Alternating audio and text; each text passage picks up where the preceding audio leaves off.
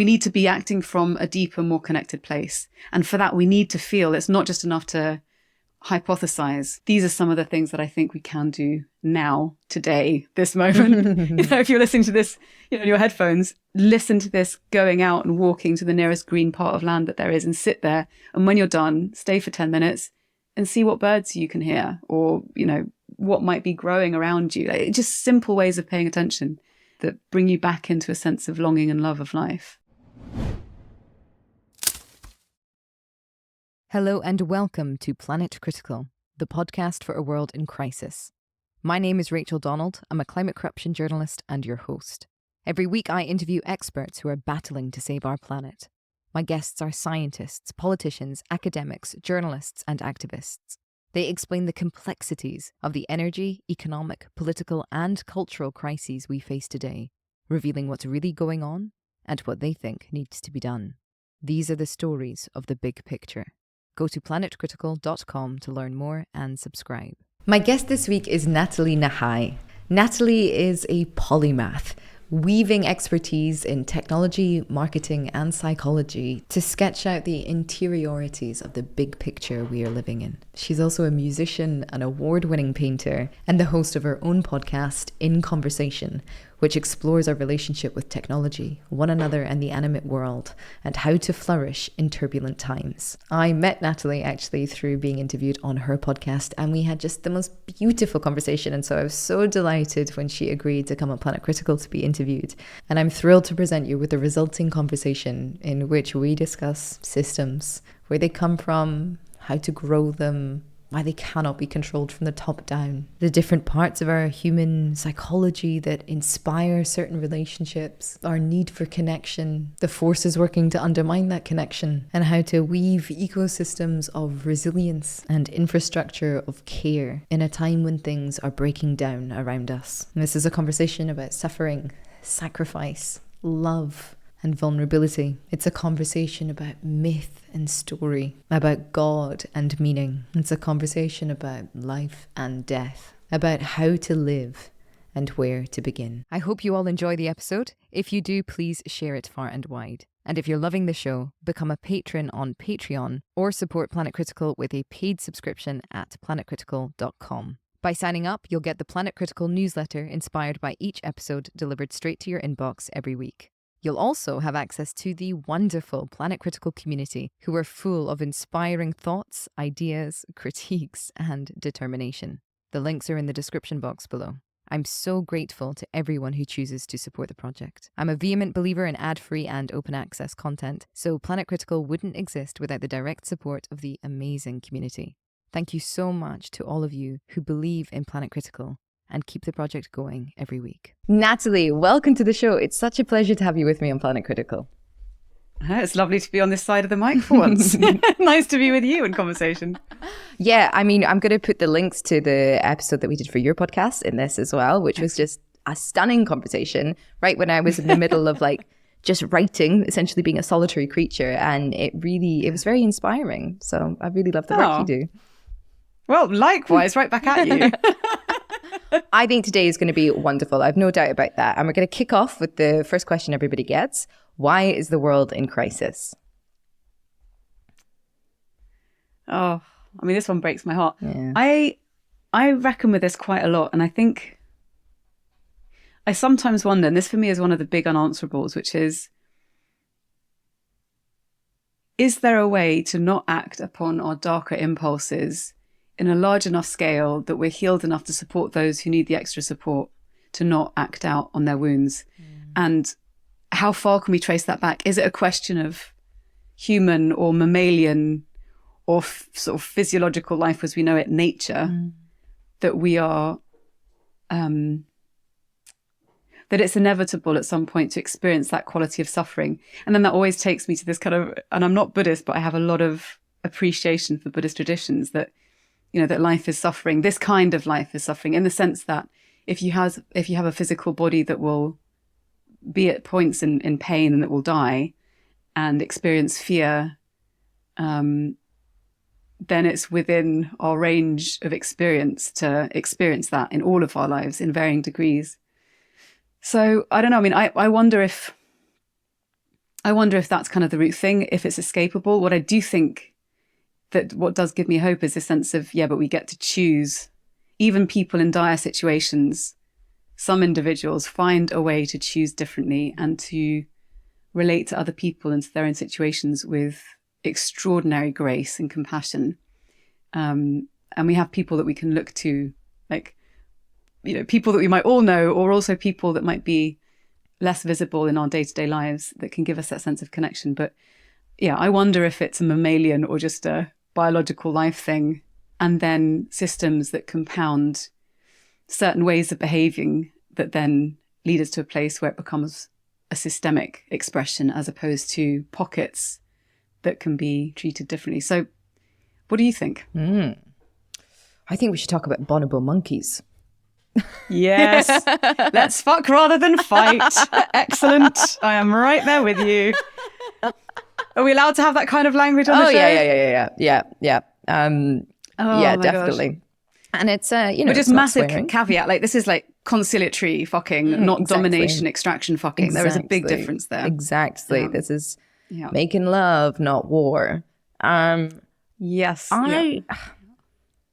The whole bonobo chimp thing, I think, is such an interesting story, and it all relates to also the stories that we live in that perpetuate our systems. So the fact that we share the same amount of DNA with bonobo monkeys and chimp monkeys, but chimps were discovered first, essentially, as our most closely related cousins. And chimps are, violent little buggers. They go to war with one another. There's a hierarchical relationship between the males. The females tend to be dominated by the males and owned by the most powerful males. They kill other monkeys, they kill each other. And essentially they were discovered as our closest cousin, and they are a fundamentally competitive monkey species. And so, all the evolutionists, whatever, all the men writing about evolution at that time went, well, that's where we come from. And that explains human behavior. And then it was just after the bonobos were discovered. And bonobos are this wonderful species where they are all literally fucking all day. It's how they smooth over social relations. There's lots of homosexual sex between them. They use sex as a way of bonding with one another. And they're fundamentally non-violent. They're also non-hierarchical, with, I think it's the female bonobos kind of banding in groups, which kind of helps control, male behavior. They are female-led, just non-hierarchical in the same way that there's not a strata of it. And it raises this really interesting question of, if we had discovered the bonobos first and discovered that they were our closest cousin, could we have looked at our own behavior and been like, oh, well, there's another model?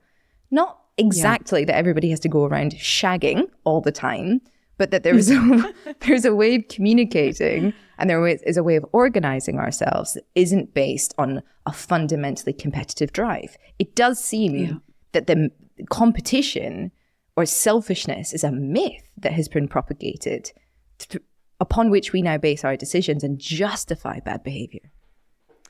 Yeah, very interesting. So a couple of other things I think to weave into that story is that obviously we also are predisposed to recognize that which we already perceive, believe, hold as fact about the world.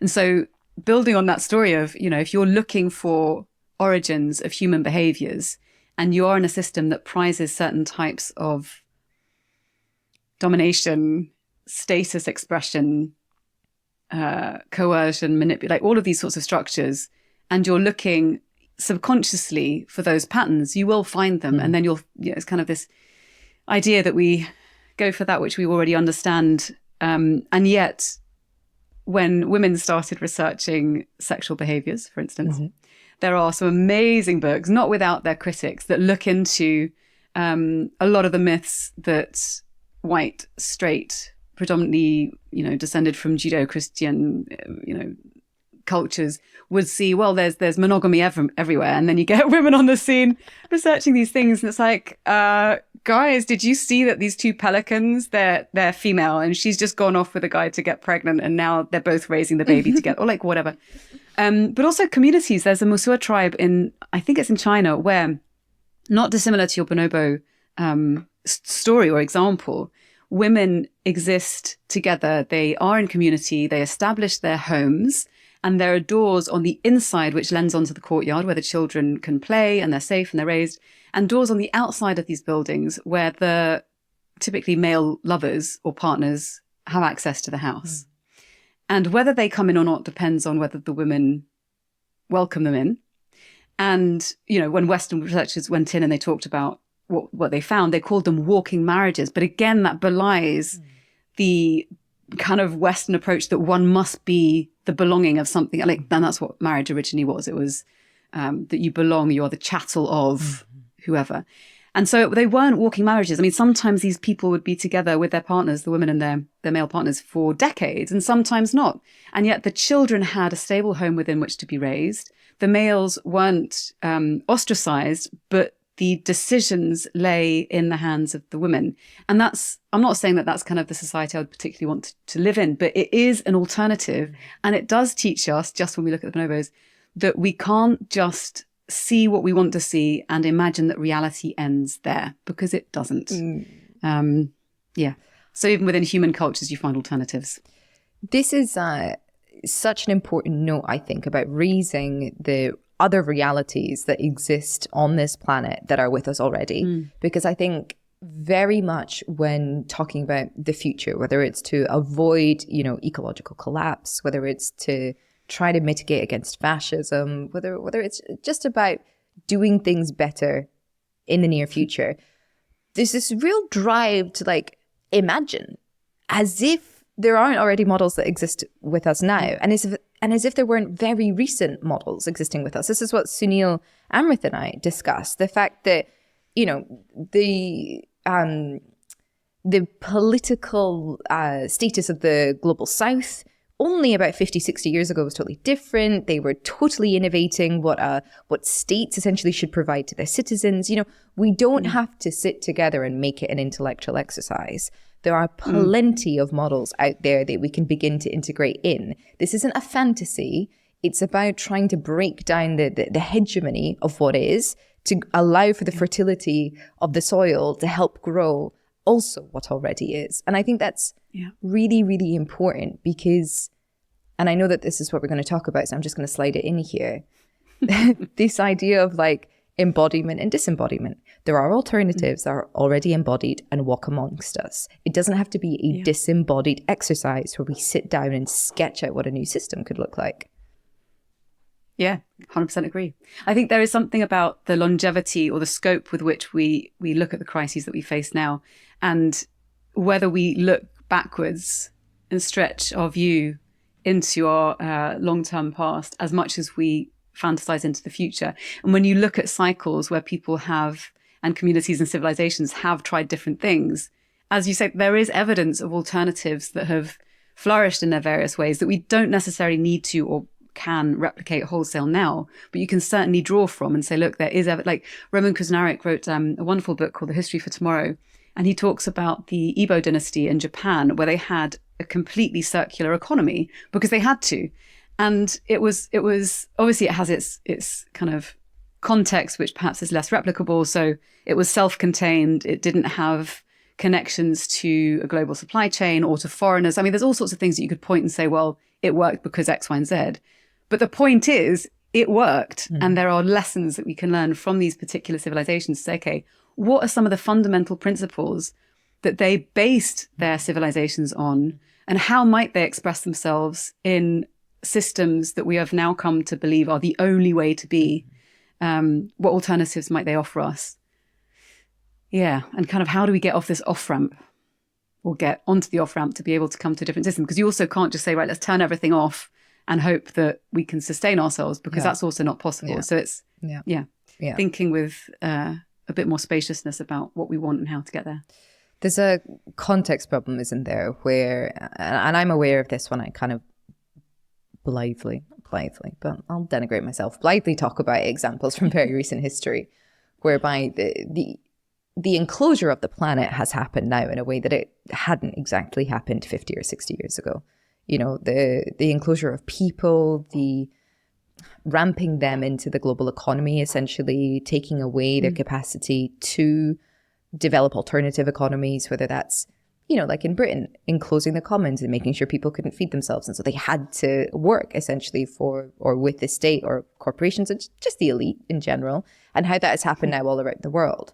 So the pockets of resistance are essentially bubbles that exist within this sphere. And so there has to be a kind of bilateral approach now, whereby you're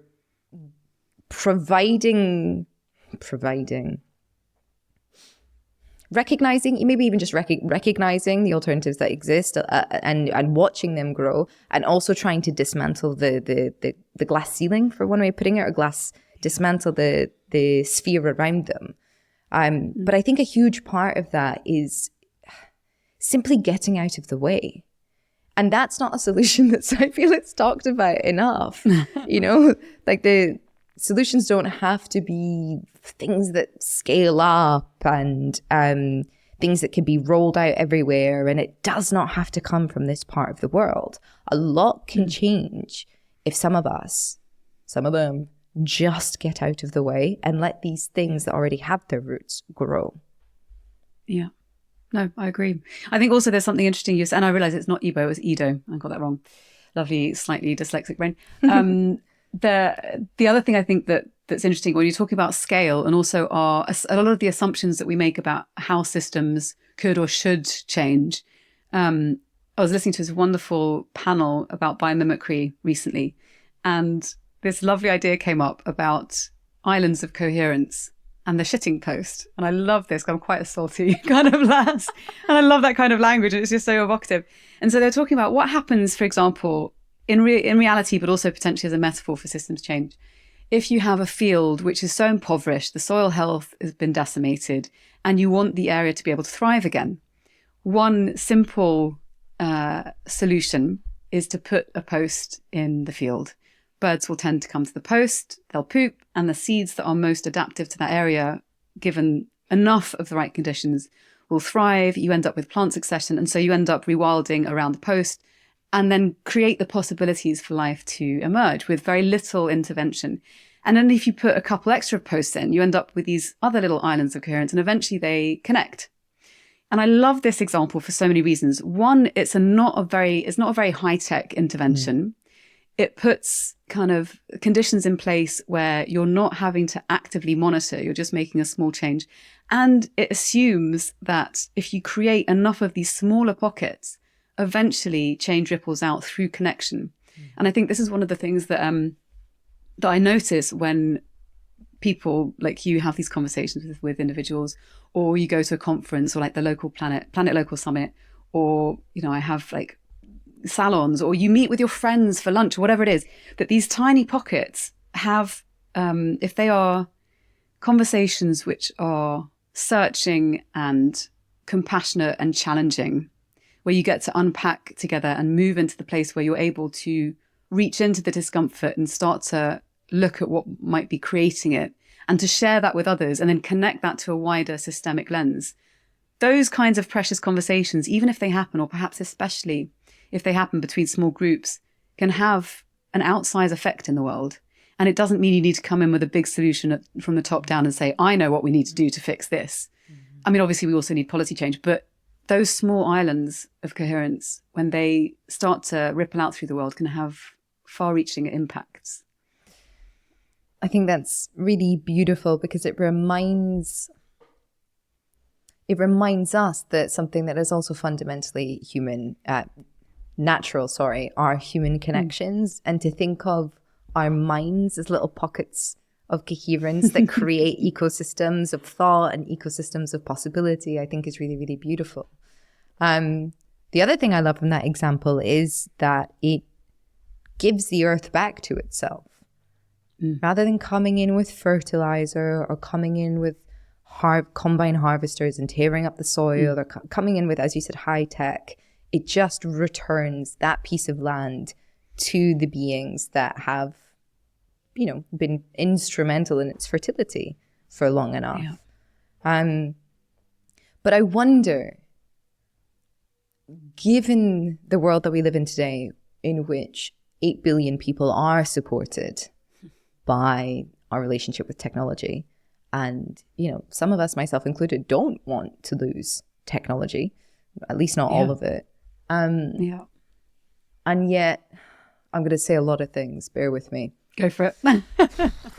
Given that technology is developed in this capitalist system whereby it's a process of onboarding people and making them dependent on that system in the same way that the states wanted to get people dependent on the markets by enclosing the commons, given it has destructive impact on our mental health and perpetuates the myth of individualism, given that so much of the land itself in the places that are developing these technologies, like the United Kingdom, Europe, United States, these old outposts of empire are degraded. Their natural ecosystems have mostly been destroyed apart from select pockets of protected wilderness.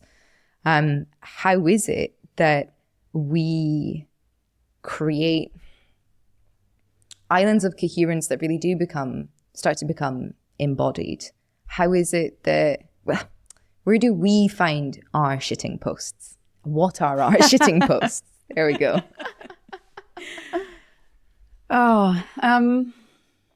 Okay, so thinking about technology, one of the biggest issues that we face, I think personally, is the illusion that we have to, and it's not quite an illusion, that's not quite right, but we believe, we've bought into this idea largely, those of us who have access to technology, that the speed and scale at which we're progressing is inevitable. That time is short, that it's running out, that we're going to be left behind. And this is in the privileged West, right? So this is industrialized societies where we have, we've got our mics, we've got our laptops, we've got phones, so like those of us who have access to these resources. And so it makes it almost inconceivable to recognize that we have time to feel into the impacts of the technologies that are being developed, and to claim that in order to be able to make wiser decisions about how they get utilized, developed, deployed, adopted in the world. And so an example might be, and now in the US, for instance, we're seeing, and actually elsewhere in Australia, there's some interesting laws that have just come in, the UK as well, looking at the harms of social media use in young people. So 16 and below, but young people, I mean, if you think about, this might be sort of possibly a push too far, but if you're thinking about how the brain develops in women, the myelination of the neural sheaths of the neocortex, they kind of come to maturity at around 25. For men, it's around 30. So when we're talking about vulnerabilities and we draw the line at 16, there's also another conversation to be had there. Notwithstanding, when we think about the ways in which social media got rolled out without thinking about mitigating the harms which could have been avoided, and now how legislation is being put into place to try and put the genie back in the bottle, having already, created a huge amount of distress among many young people, a whole generation. On the other hand of that story is the fact that people are now thinking about ways in which AI could also result in unintended risks to mental health, political agency, access to information. So I think when it comes to technology, on the one hand, you have this hurtling, and I will come back to the point about islands of coherence, this hurtling speed of fuck, we've got to get on board, because if we don't, we've got no other choice. And actually the other side of the coin, which I think is where these islands of coherence have the chance to thrive, is to say, hang on, we do get to choose, even in a pocket of a day, like your day or my day. And I'm not great at this, but I am, especially because this year's just been nuts. But it is really important to carve out, even if it's a single hour where your devices are off, where you feel, and you mentioned the word embodiment, where you feel your emotions. If you're someone who lives a lot in your head, which I do, one of my routes to feeling is dance. And I haven't done that sort of for a while, or it might be going for a walk, carving out these pockets of time. So you can first come back to yourself. And from that place, then feel into what is it that I most long for? What am I missing? And from that place, you can then maybe reach out to other people and have these kind of moments where maybe it's a whole evening, maybe it's a weekend, where you're touching into these deeper questions, which is, given that we have a finite time to live, and we never know when, like this sort of idea of the great huntress with her bow being death incarnate, she's always poised with her arrow at our hearts, and we never know when that bow may release and we're gone. And so thinking about it in those terms, how do we want to live? Do we really want to spend our time optimizing our productivity, our efficiency? Is that who we are? Is that all we are as people? And the answer for me resoundingly is no. I mean, I love creating. I love being productive. I love being efficient. I can just open up my laptop, put my lights on, stick the mic on and have this conversation with you. I'm a technophile, but I also love life. And so the question is, how do we find ways to create enough space to ask the deeper questions? What do I most profoundly love? How is the technology that we're using and the systems we're engaging with either supporting that to thrive or impoverishing it or cannibalizing it or killing it? And then a question after that is, how do you create space with other people? It doesn't all have to be on the individual's shoulders, because again, we don't want to perpetuate the system of individualism that makes us think we have to be this kind of solitary savior, which just doesn't work anyway. But how can you come together with others to create conditions in which you can all drop into that place? So for me, in Barcelona, it's, the various different music nights that happen, or the poetry nights, or coming together over dinner where you've got no tech allowed, or moments like this. And then that can move. And you mentioned before our call, like the idea of civic and citizens assemblies and gatherings, then you move it into that kind of space. Maybe it's a gathering over the course of a week where people get to experience again what it's like to be in community, to sit, to eat together, to wake, to talk about their dreams or their nightmares or what they saw that morning. It's kind of moving into that space where we're not enslaved to technological time. And that we have to cultivate intentionally, and we have to guard it. And it starts with ourselves. Time is the great theme that I hear through all of that. And I mean, what you have just described is how ecosystems are born, essentially. The relationality, first of all, between self and self, taking a step back into oneself, deciding what one loves, deciding what one wants to be in partnership with, expanding that out to other people, other conversations, carving out more space. I mean, that is all ecosystemic. One of my great anxieties at this moment in the world is I feel like we don't have enough time, and not just technological time. We actually don't have the time to do that now either, because of the exponentially advancing speed of the crises we face. And it's terrifying, whether it's ocean temperatures literally off the charts now in comparison to 3 years ago, or whether it's the potential collapse of the AMOC being moved up from possibly 300 years in the future to more likely by 2050 in the space of 7 years of research. Everything is accelerating, and it seems so obvious that one of the solutions is to decelerate. But how do we decelerate and allow for those ecosystems to emerge when we're running out of time to stop that acceleration? Because unfortunately, it is not the deceleration of all of us individually or all of us as a community globally that is going to stop that acceleration. There are other things that need to decelerate. I don't have an answer for that. I mean, I think the things that come to my mind here, you talk about that, it's at all the different levels that need to be tended to for things to change swiftly enough for us to be able to get to that place. So I was watching, I forget the name of it, but like the movie that just came out on Netflix about hyperconsumption and all the damage it's wreaking on the planet. And, there are practical things you could point to, and you could say, okay, well, again, if enough individuals take these changes and bring them into their lives, then collectively it has an aggregated effect. So things like, not using reusable cups instead of not, or buying stuff in as little packaging as possible, or taking fewer flights, or eating less meat. And I think all of these things are important. But then also, again, to have the speed and scale of impact that's needed, the change needs to come from within the system itself. So the big polluters, the ways in which plastic is still getting pumped out. So how do you, and then And then the next place my brain goes is, okay, so right, legislation, that happens at that level. And then you think, okay, well, how's that working out for us? And the amount of lobbying that prevents leaders from making choices that support the long-term flourishing of life on the planet. And then, zoom out a bit more and you think, okay, well, how could we change that? And obviously political change can often be quite slow. If you think about ways in which people have sought emancipation in the past, whether it's because you're in a female body or a black body or a gay body, like whatever expression in an embodied way, it's back to that thing, something that can be captured. How long it's taken and how much suffering and how much cost and how quickly we need to act now. So I don't know what the answer is. I think we can do small things ourselves and we shouldn't be discouraged from doing that. But then also having the conversations around it, also putting pressure on politicians.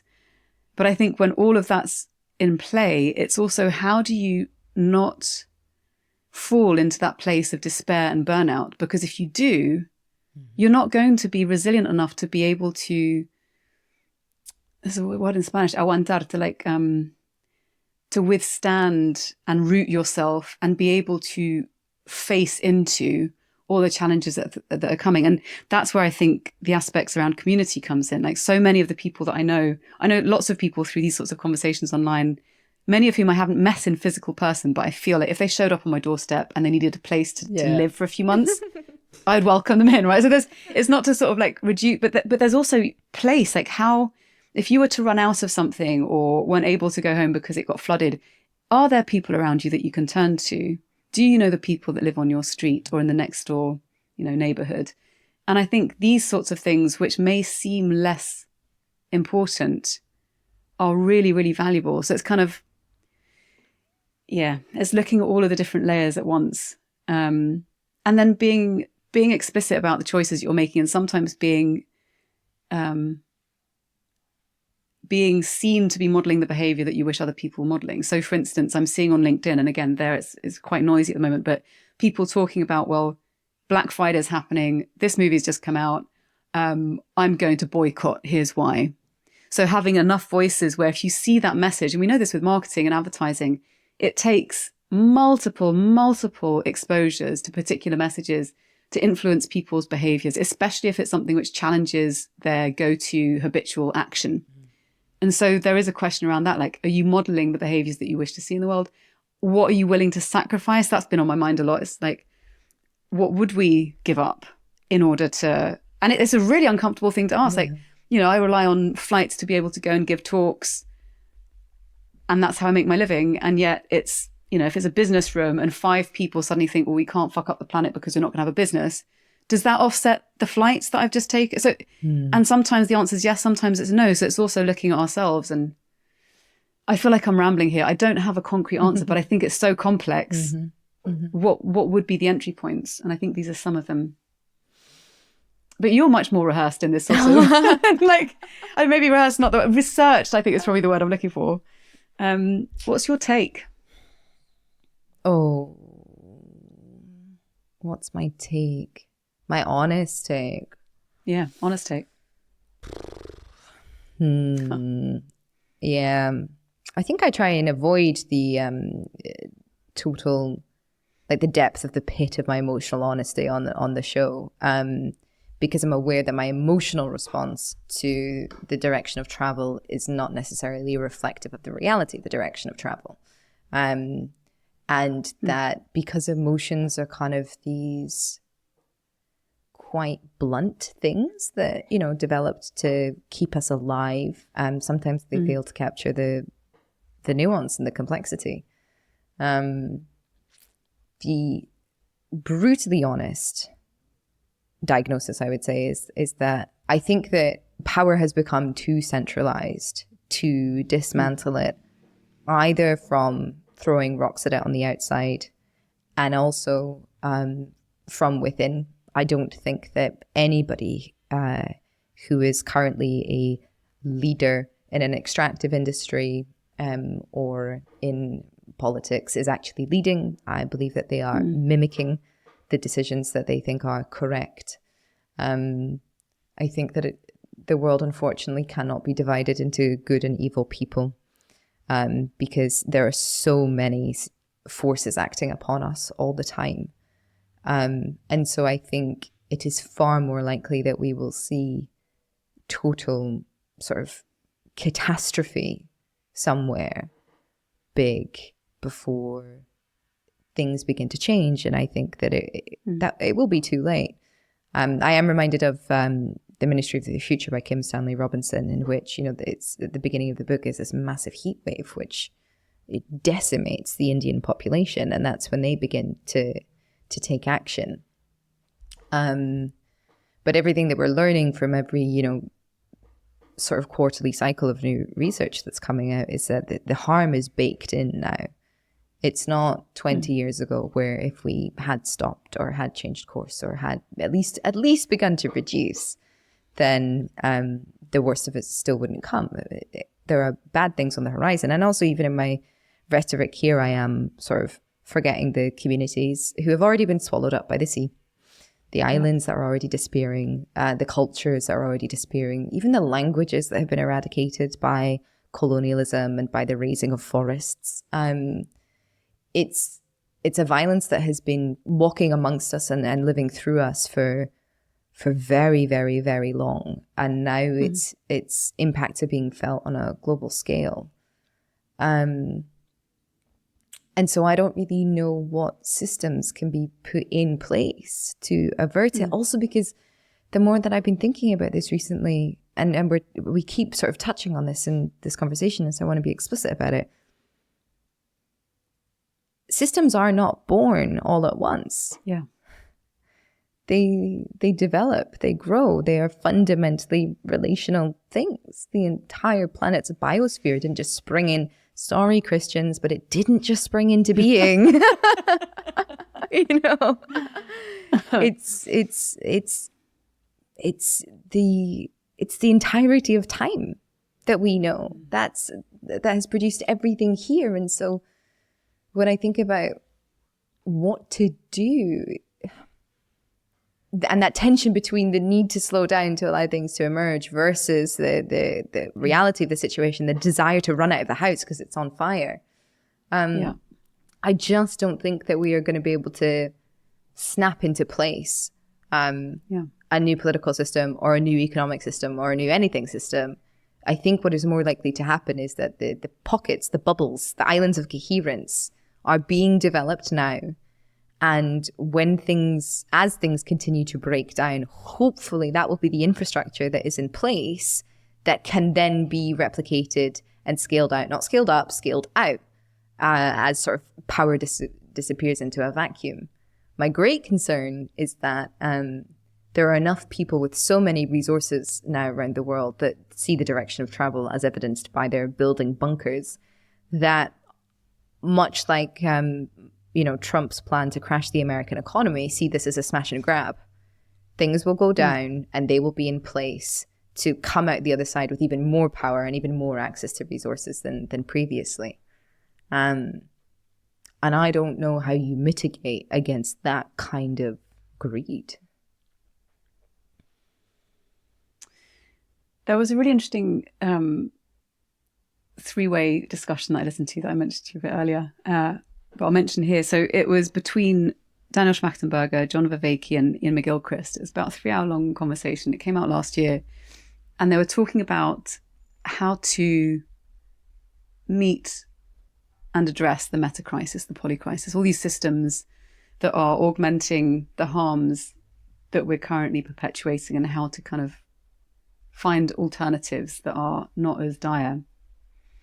And several things came out of the conversation which really struck me. One of them was the idea that in the systems that have emerged over time and calcified and been shored up as people acquire more power in relatively fewer hands, we can say that we've reached, certainly in industrialized countries and elsewhere, a kind of system of power where the ecological niche for people who are, the sort of dark triad, not narcissistic, Machiavellian, psychopathic, who are ruthless, who are unperturbed by the impact of their actions on wider society, the ecological niche has been so protected and actually also kind of fetishized. That's the language I'm using. They didn't use that, but I think it is. It's fetishized, like that, the ruthless strongman who lives out this kind of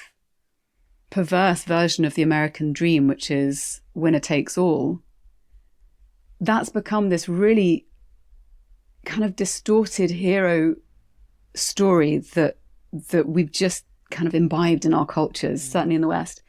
And the question is, how do we close the ecological niche for people, and they were talking about them in other conversations, as a hyper agent. So someone who has such an outsized amount of agency versus other citizens. How do you close that niche so that that person doesn't have, as a hyper agent, outsized impact on the lives and the future trajectory of everyone else?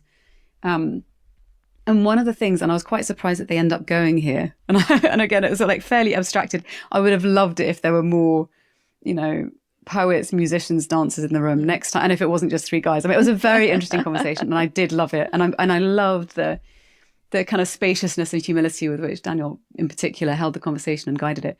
But one of the things they came to was a reconnection with the numinous, with mystery, with a quality of sacredness, which has been so stripped for various, I would suggest, some quite good reasons from the West. I was raised Catholic and I hated it. I absolutely hated what I was experiencing growing up within these very confining dogmatic settings that meant that, again, it's about capture of agency based on one's body and all the rest of it. I'm not going to go down to that side, but there's many reasons why religion has started to take a diminishing role in the West, and yet nothing really, apart from perhaps consumption, has fulfilled that space of where do you get your meaning? What does it mean to be alive? How do you deal with existential fears when they arise at 3:00 in the morning and you're by yourself and you don't have someone to turn to, or you're divorcing, or your child is sick, or you lose a loved one?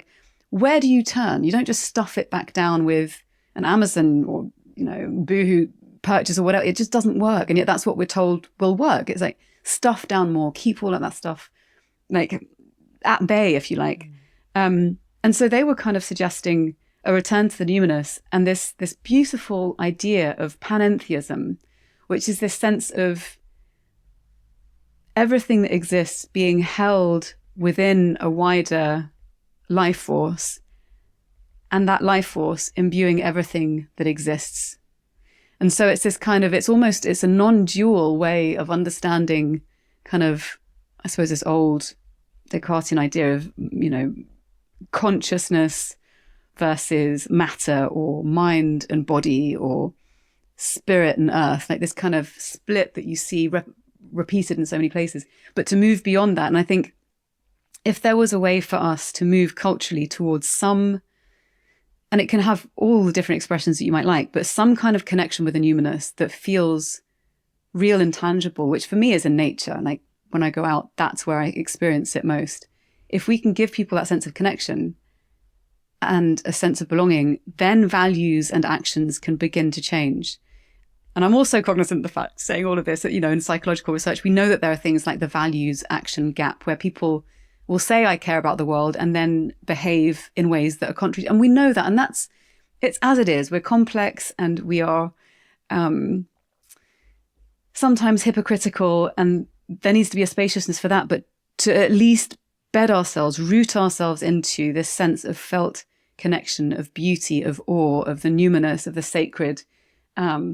And it doesn't need you to believe in God. It's just go and see a sunrise and feel how you feel, connect with yourself. Or when you've not seen someone that you love for a long time and you're held in their arms, that's sacred. At least I consider that sacred. So creating more opportunities for that. And I think that's something that we can gift one another. You can gift it at an educational level with the people that are around you. And I think that's what I'm thinking about, carving out time as well. It's time to dive into those things that will then enable us to align more swiftly and more deeply into that kind of soil that will allow us to engage in right action, because we don't have time to not do that. We need to be acting from a deeper, more connected place. And for that, we need to feel it's not just enough to hypothesize. So these are some of the things that I think we can do now, today, this moment. If you're listening to this, in your headphones, listen to this going out and walking to the nearest green part of land that there is and sit there. And when you're done, stay for 10 minutes and see what birds you can hear or, what might be growing around you. Just simple ways of paying attention that bring you back into a sense of longing and love of life. Yeah. That was a very long answer. No, I loved it. Let's go into it because I've got a slight counter to it. Hit me with it. Right. So first of all, caveat. I agree. That's where I also find my sense of connection. I'm happiest sort of on top of a mountain or deep in a wood, and think that all of the things that you described as sacred are sacred. The thing that I think is sometimes missing from this conversation is that in order to get to a sense of sacredness, in every sort of spiritual literature that we have in the world, there is a period of hardship that gets you there. So like for Jesus, it's the 40 days, 40 nights in the desert. For Siddhartha, it was poverty and asceticism and sort of seeing all of the pain in the world. And so I think that this is a major hurdle that impedes people from kind of reaching out for that connection or reaching out for that meaning, because there are going to be things that are difficult to feel that will have to be felt first. There has to be a healing process. You don't just sort of get to, have engaged in neoliberal, hyper-individual sort of tragedy for so long. And then suddenly, maybe if you do buckets of ayahuasca, you kind of get there overnight. But typically... That's a big baby. A big baby. But typically what tends to happen is, your relationship to that world begins to fracture. And then everything that you have engaged in and everything that you are rushes in. And then you have to deal with all of that. And it's only then that you can start to reach out. And so this, crisis of meaning that we're living in, I agree that it's there. And I agree that there's a crisis of connection. I don't agree that people, how do I put this, would jump at it at the first opportunity, having existed in this system first. And maybe there's an on-ramp essentially that we're missing. I remember having a conversation with a friend about a year ago, maybe a bit more. And we were sitting at a pub in London and she was talking about the fact that like everybody would just be like happier if they had more autonomy and more choice. Like if, essentially we deconstructed all the negative systems and all this sort of amazingness would flourish. And I was like, I don't necessarily think so. I think I think for a lot of us, living in this kind of like automated way really suits us because it impeaches the necessity of having to get to know ourselves and having to go down into the shit and figure out who we are and figure out our values. And it's really hard work. Anybody who has done therapy knows it's really, really, really hard work. And, ayahuasca / being in a woodland are kind of, hacks, like they sort of short circuit it because they do give a lot of joy in that moment. But like there is obviously something quite attractive about the way that the world currently is on some level to us. And even though materially it's a disaster, even though spiritually it's a disaster, even though emotionally it's a disaster, it speaks to some cowardly part of us that has always been there that would rather, follow the herd than strike out alone. What do you think? I think you're spot on. I think the sensations or the feelings are around grief and loss. And when these are things that unless you're within a wisdom tradition that teaches you to meditate on death, like in certain Buddhist precepts that I will get ill, I will die, I will suffer in this life. It's not, you say this now and a lot of people are like, well, that's a bit emo or whatever. But actually these meditations, bit emo, or, Memento Mori in the Victorians. But actually they're valuable meditations. And when we're raised in cultures and now we're using technology to worship at the altar of youth and longevity, it's like, you look on Instagram and maybe it's just me, but maybe it's also my age. I'm getting all of this shit, all this adverts for like, get your make sure your jaw is really super snatched and make sure you look like you're 20 and freeze your eggs. Of course, yes. And, it does play to that fear and all the technology that's being used to try and live as long as you possibly can. And I'm thinking, yeah, but hold on, and it's kind of giving us this sense of control. Yes. That actually undermines the potential for deeper connection with ourselves and with life and with its fragility and its beauty and its finitude. And if we allowed ourselves in a contained way, either through, initiatory experiences or contained experiences with death that you might have if you engage with rituals around Samhain or, Halloween, for instance, before it became this commercialized festival, or death and rebirth rituals. So, for instance, we might have that when you get married, you might have a stag do. That's the death of your solo life, if you will, and the birth of a partnered life. So we don't talk in those frames, of course, anymore necessarily, but we still have some of the vestiges or the artifacts of old ceremonies that would have had these qualities to them that enable us to relate to finitude and death and the preciousness of life. And I think when we're kind of always a breath away or a finger's reach away from a piece of technology that can medicate us out of our dysphoria, out of our discomfort, out of our fear, out of our boredom, out of our sense of isolation or disconnection, it's not that we're weak. It's just that it's so well designed to capitalize on those structures that previously would have led us to reach out to someone. It's not that there's something wrong with us. It's that there are ways in which we can manipulate these systems that are hardwired for connection, for love, for reaching out, and kind of almost cut that connection by giving us these tiny rewards that give us a sensation of being full. It's like, imagine you're really starving and you really need to eat something nutritious. And yet what you see in front of you is a breadcrumb and it's right in front of you. So you just start eating that. And actually, if you just left the breadcrumbs alone and you walked 100 meters up the mountain, there is a feast waiting for you. And we look at the breadcrumb and we forget the feast because it's harder work. And it's not that there's anything wrong. It's just that we need to understand that these are our fallibilities when they're applied or approached or captured in a particular way, and then design otherwise. Because beneath all of that is, if you think about I don't know a single person that had a perfect childhood. It's, I wasn't seen. I wasn't loved in the way that I, longed or yearned to be loved. I felt alone. I felt violated in some kind of way. Like any of these things, they're profoundly human experiences.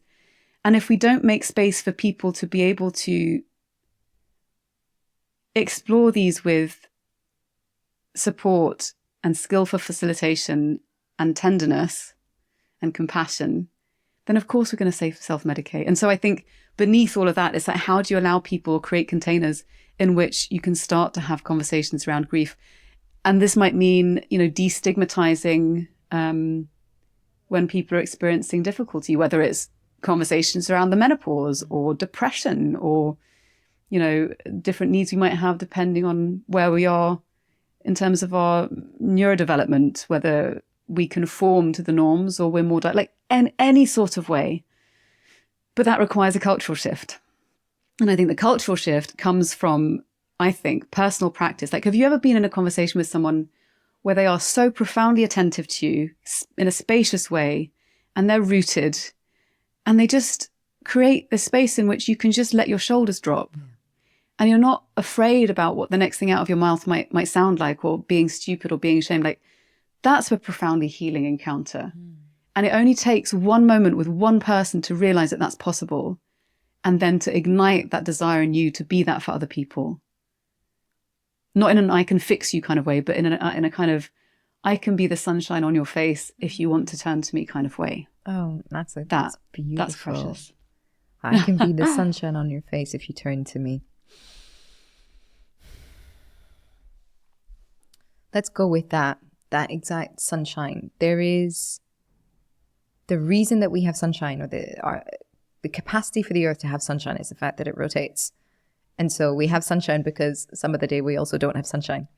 And there is something about everything that you just said. There's a weaving through of uncertainty versus certainty, something about, the self-medication. If I'm in control of what I am using to numb out my feelings, then I am certain of what is happening in a sense, even though because I'm trying to self-medicate against the uncertainty of negative feelings, against the uncertainty of not knowing where they'll end, against the uncertainty of being alone.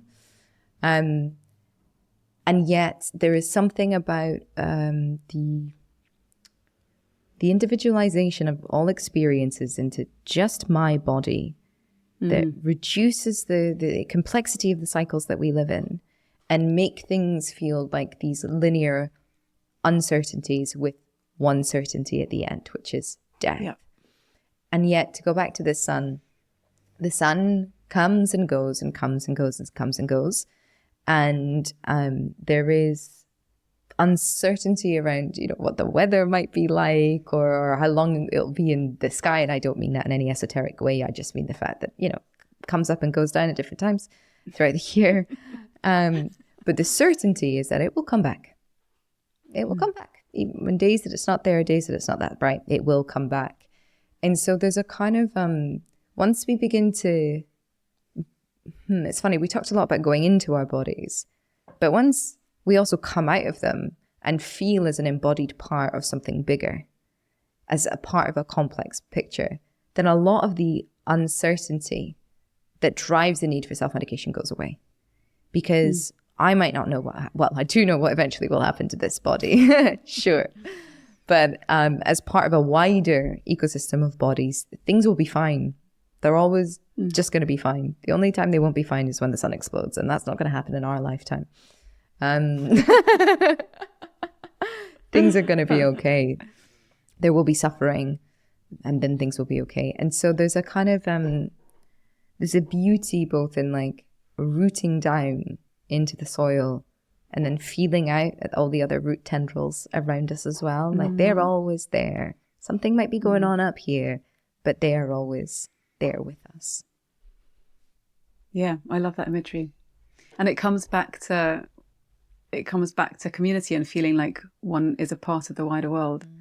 And there's this really lovely idea. I was listening to it quite a few years ago now, but Robin Wall Kimmerer, who writes beautifully about this in her very famous book, Braiding Sweetgrass, and talks about kin starting to shift the way, and sometimes even just mentally, to lead the heart, that you can shift the way that you think about and feel into the relationship that we have with others. So the tree that sits outside my house, and I hear all the birds in the morning, and sometimes I'll just greet them like, hey, little ones. I mean, I think I call them little ones because it feels sweet. Even though, if I was the size of a robin getting faced off by a really dominant robin and it's going to pick my eyes out, not so cute. So like, holding reality in one hand and the enchanted kind of vision in the other, because I don't think they're mutually exclusive necessarily.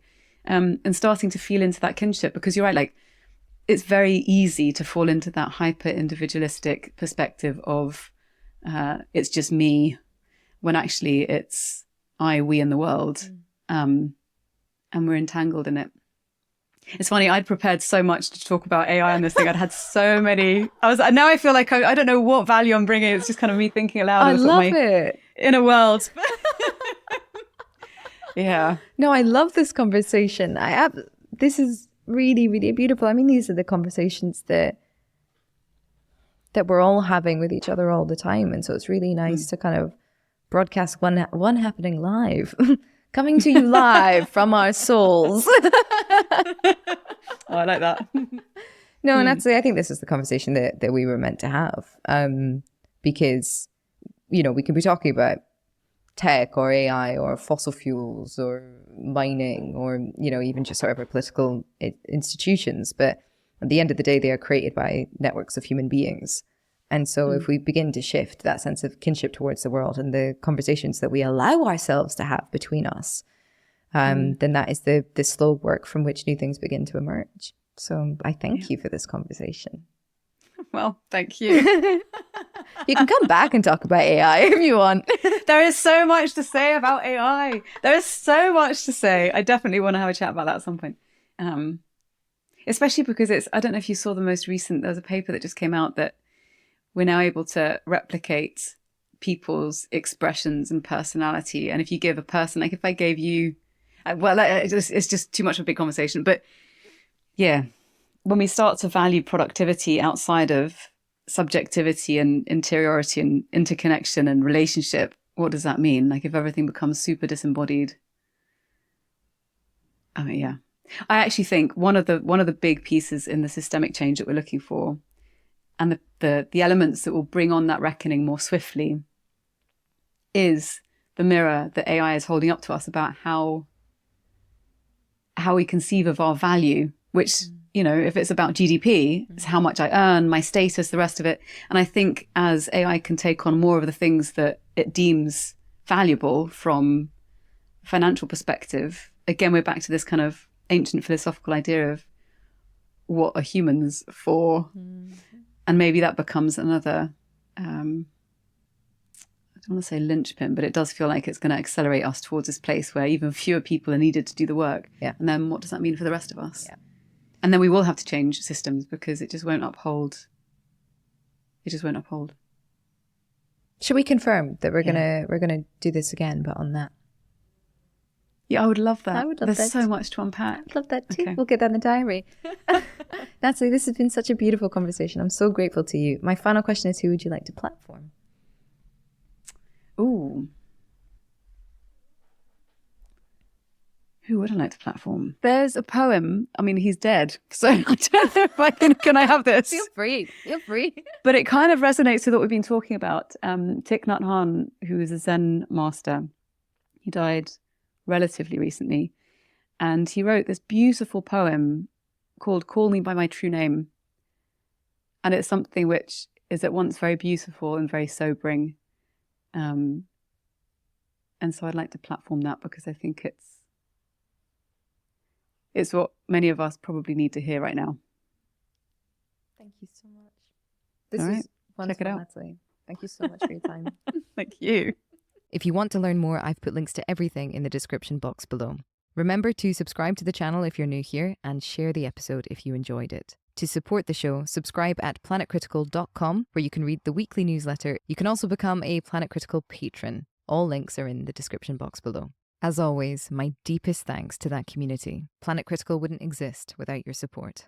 Thank you everyone for listening and for coming on this journey together.